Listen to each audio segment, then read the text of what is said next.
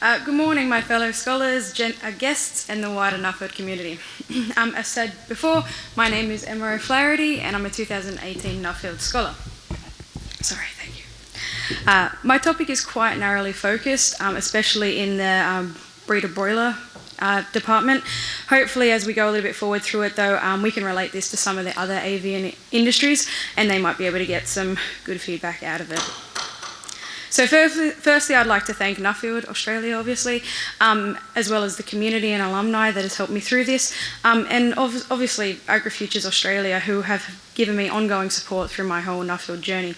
If it wasn't for them, I wouldn't obviously be on this journey, so I have great thanks to them.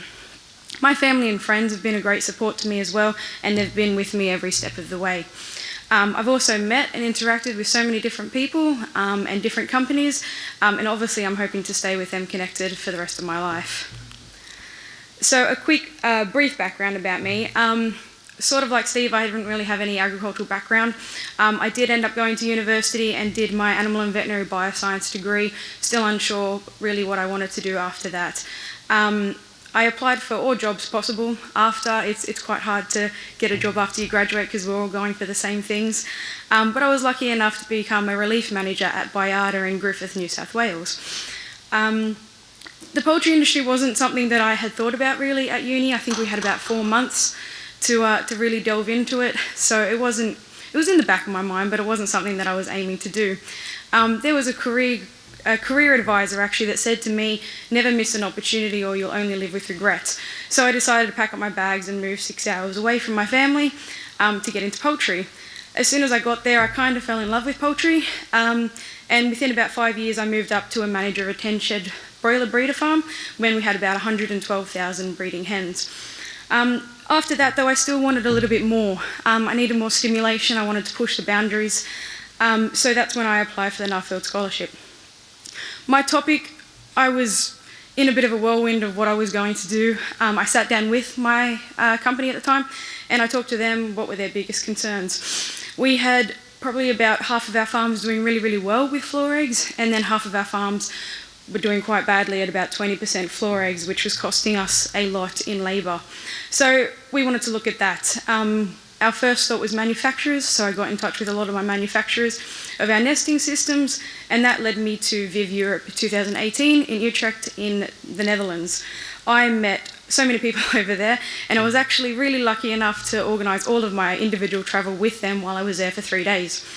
So throughout Holland, they actually took me over through the border of Germany and Belgium as well.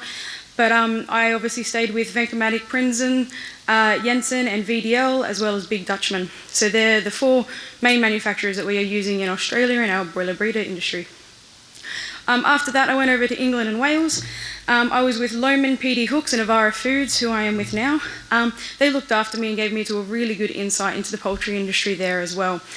And obviously then Avara Foods gave me a job, and I'm on a 2-year visa now in the UK. So I did go over there as a assistant rearing manager, which was fantastic because it gave me a little bit of a background into rearing, which I hadn't had. And then only in probably the past 2 months, I've moved up to area manager of their breeding department. So back to my topic, contributing factors to floor eggs. Quickly though, for everyone who doesn't really know, floor eggs I'm going to be classing as any egg that's laid outside of the system that we've provided for the hens. So it kind of almost seems like an easy problem if you're not really into poultry. If you've had chickens at home, sometimes you've had issues with them laying where you want them to as well. When we have 112,000 chickens, it's kind of a little bit difficult to get them all in the same place. But it is a common problem across the world. It can be a big problem, it can be a small problem. This is what I wanted to look at and see if it was just manufacturers or if it was potentially something else.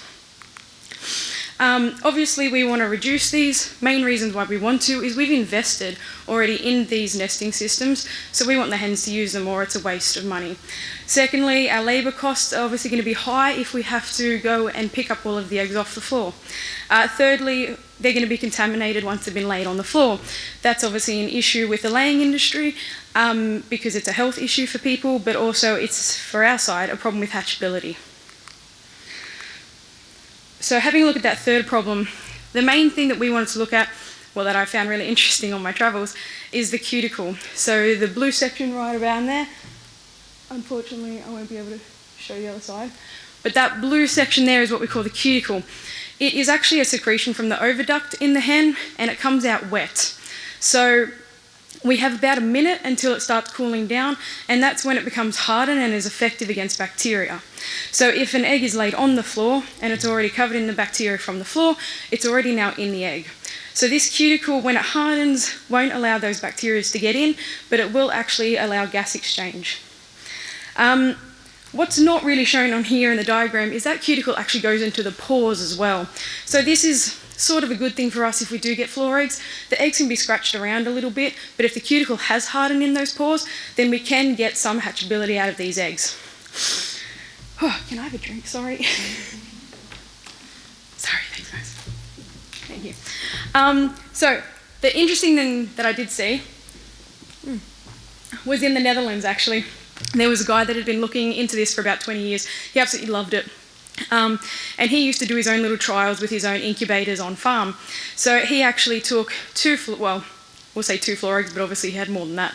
But you had a dirty floor egg that looked dirty, about 50% dirt all over it, or feces, and you had an egg that was still laid on the floor but completely clean. To us visually, the clean egg probably should hatch better. He never found that. They pretty much hatched at the same rate, and they also had the same amount of bangers, which usually is when bacteria has already gotten in the egg and has infested everything in there, and they end up getting, once they're in the incubator, it gets too warm and ends up exploding and contaminating the rest of the eggs. Interesting thing that he did find was that an egg that was actually in the nesting system and came off the belt and had enough time to cool down and had its cuticle harden, if you go and put that on the floor, leave it for an hour or two and it gets dirty, as long as you haven't covered all of the pores so you still allow gas exchange, they can actually hatch just as good as your first grade eggs. So when I started looking at the factors, I did begin to look at the factors that would help us reduce them, and then I reverted back to actually what causes more floor eggs, because it seemed to be a little bit easier. Problem was, there was quite a few. So size of shed definitely matters, and the equipment you're using, where your equipment is in the shed as well, litter material that you're using, what type of mats and slant that they're on, issues in rearing, if your stocking density was too high or too low, what lights you had, their positioning in your sheds, the intensity, and if they're causing more shadows. Looking at management techniques, also management of your employees and whether they actually want to be there. Same with training as well as your employees. Your floor walks, so how you're doing them and the frequency you're doing them, whether you're changing the routine or not, time of flock, whether you have cockles in your sheds like in the broiler breeders, if the ratio is right or if they're too aggressive, and breed of chicken can also come into play. We kind of had a big brainstorming session in the UK with quite a lot of the companies that were there. Glenn Busher was really, really good from the UK, and he just enlightened me and said, you know what, it's a holistic view. You need to look at everything all at once and manage your chicken on her behaviour. And we started listing, and I can tell you now we got triple times that on how many factors there are actually in play. So starting from the beginning, rearing is a critical time, and I only learnt that when I probably moved over to the UK. As a production manager, you always try and blame someone else for your mistakes. But when I was in rearing, I understood that there is a lot that we didn't understand as production managers in rear. So firstly, I'll show you what our rearing was like. Yep. So firstly, if we can have slats in there already and we have the drinker systems up on the slats, that's going to encourage our birds up onto them. Not only is this good for training them to get up on the slats, because most nesting systems are up higher, it also gives them the strength. So with broiler breeders, we do have a little bit of issues with our legs. So if we can get them up using those tendons from 4 weeks of age, then hopefully we can eliminate some of them as well, which means we're not going to have them sitting on the ground and laying floor eggs as well. Last thing we want to do as well is stress the birds. So it is quite hard in rearing to minimise that stress. You have people walking through, they're getting to know that. So you do need, a manager that's going to be in there with the birds enough so they get used to them, because when we start going in there as production managers, we're walking those birds to train them. You want them moving enough to get them out of your way and up into the nesting system, but you really don't want to be scaring them, because a stressed bird may not lay at all. So equipment was very interesting actually. Our job obviously in breeding department is to convince the hen that we've done a fantastic job at giving her a nest, and sometimes they don't believe that anyway, but all we really want is a system that works and it's clean and it won't hopefully contaminate the egg. So again, it's not the complete answer, but it does come into play. The things that I did see that I think would help is actual communal nests. So it is hard to see in here, but these are individual nests that are actually from Canada, and they've got dividers in between them, so you only fit one bird per nest. Unfortunately, you have hens usually then trying to sit on top of them. Hens just love each other. So this is in the Netherlands. They have a communal. We have the flaps there because they prefer to be in a little bit of a shadow and away from predators. But you can fit up to about 50 birds or so in there, and they always try and jam more. Usually you'll have one nest that has heaps and then the next one has nothing because they just love to be with each other. So the next thing is having enough nests. The one thing I did see, especially over in the UK and the Netherlands, is that they're going to double-tiered nests, which means that instead of just having your normal nest that you saw back on this slide, they actually had one on top of that as well. So they're not changing their stocking density at all, they're just pretty much timesing their nests by 2, and they've seen a great reduction in their floor eggs. Appropriate mats and the slant of it. You don't want anything that's more than 10% degrees for a rollaway nest. If you have that, the bird's not comfortable. It's all about making her comfortable while she's laying that egg. Same with manuals. I've seen quite a few manual nests still around, and they're okay as long as you're cleaning them out regularly and the hens are happy.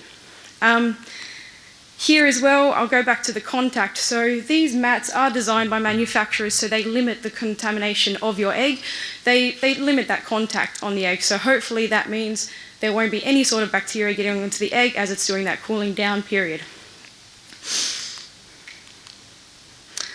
So it's all well and good if we have the right nesting system, but if the bird can't get to it, then she's obviously not going to lay there anyway. Feeders and drinkers and other birds are all obstacles when they're trying to get to their nesting systems. So having the ability to lift your feeders, I think, is a really, really good advantage. After they've finished eating, you can lift it up out of their way and they can move underneath quite freely. I do prefer nipple drinkers. So in the next slide, you will see right near the nests, here, you've got these big sort of bells. That's what we call bell drinkers. And unfortunately, fortunately, I did see a reduction if we put nipple drinkers in for floor eggs as well. This creates too much of a barrier. It takes too long for the birds to drink. Putting nipples in really helps them just to get that right, get the right pressure and everything. They seem to be able to happily move away, whereas bell drinkers sometimes caused a few issues. You also don't want your nest to be too far away from your bird. We've gotten to the point, especially with broiler breeders, where they can become lazy. So if they can't get to the nest quite easily, then they're not going to try too hard either. This is another system I saw in the Netherlands, which I absolutely loved. They made sure that all their cockerel feeders were on the side as well.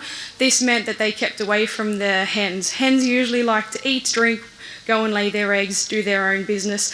Keeping the boys away kind of helped that in a way because they weren't getting irritated by them. Boys can become quite aggressive with females, doing what their job is supposed to be, but this might actually turn them away from the nests.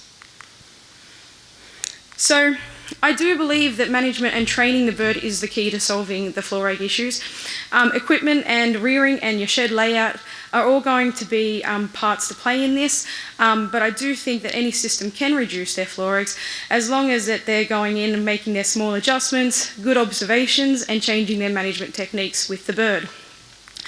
It's not going to be easy, that's the problem, but I think knowing your system and gathering that information about your past flocks is going to help you. You want to know where the eggs have been laid before, you want to see if you have issue areas, you want to see how you're doing your floor walks. Making little changes I think will really, really help.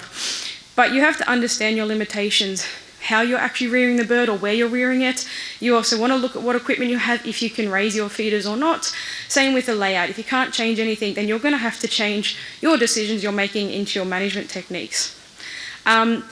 We've got to remember as well, each flock is going to be different. So unfortunately, if you do one year and it works fantastically, it may not work the next year, which is why looking at the hen's behaviour is absolutely paramount in making sure that works. So checks are really important for managers to get in there and be in your sheds daily. I know a lot of us do have employees when it comes to that, which is why we need to also look at training our staff to look for the behaviours you want in that hen. You don't want them flapping around and being scared of it, because then you're going to have stress issues. Same thing with the nesting system. When you're looking at training your birds, don't put any people near the nesting system at all, because it's only going to scare them away. What you want to do is you want to make that the most comfortable place in your shed so that they know that they can lay their egg there. Same with routine. Routine is good unless they're not moving. So when you're training your birds, and this would be before you lay, so probably from about 20 weeks to about 25 weeks of age, when you're training them to get into that nest, you don't want them stressed. So if they start fluttering and clucking, and you can notice that they are a bit upset, you've got to calm down a little bit. So training your staff is the hardest. It's really getting in there with them and showing them what you want. Making sure that your birds are moving and they're disturbed enough that they're not going to sit straight back down after you leave. Make sure your environment is right in your sheds as well. An unhappy bird is not going to do anything you want, really. Rearing obviously is very important. I do suggest putting perches in if you can't put slatted areas like we have in the production, but even just putting perches in there. Just teaching them to have that jumping up kind of movement will help in the long run as well. And incentivise your nesting systems. So what I did see over in Germany, which I absolutely loved as well, is they had ping pong balls just strapped to the back of their nesting system. So when a bird came around and she saw something that was white and round, she went straight in there to find out what that was. The birds are still looking to have a clutch. We don't allow them to have a clutch anymore because we're taking the eggs away straight away. So when there's a ball, or you can get fake eggs on eBay now, you can put them in there and it will encourage them to go and lay on that as well. So my biggest discussion then, talking to people around the world, was management is very, very important, and we do have the techniques there and we have the skills there. We don't have the communication that I think we need, as well as we're getting obviously a lot of these managers retiring soon, or farmers that don't want to be in the business anymore. And unfortunately, they've got no one to pass this down to. So it comes back to as well, how are we going to make agricultural industry more appealing for young people to come in so we can pass that information down. The management techniques are there and we can solve the issues, but we're going to lose that in a few years because no one's going to be there to take on that knowledge and those challenges. And thank you again.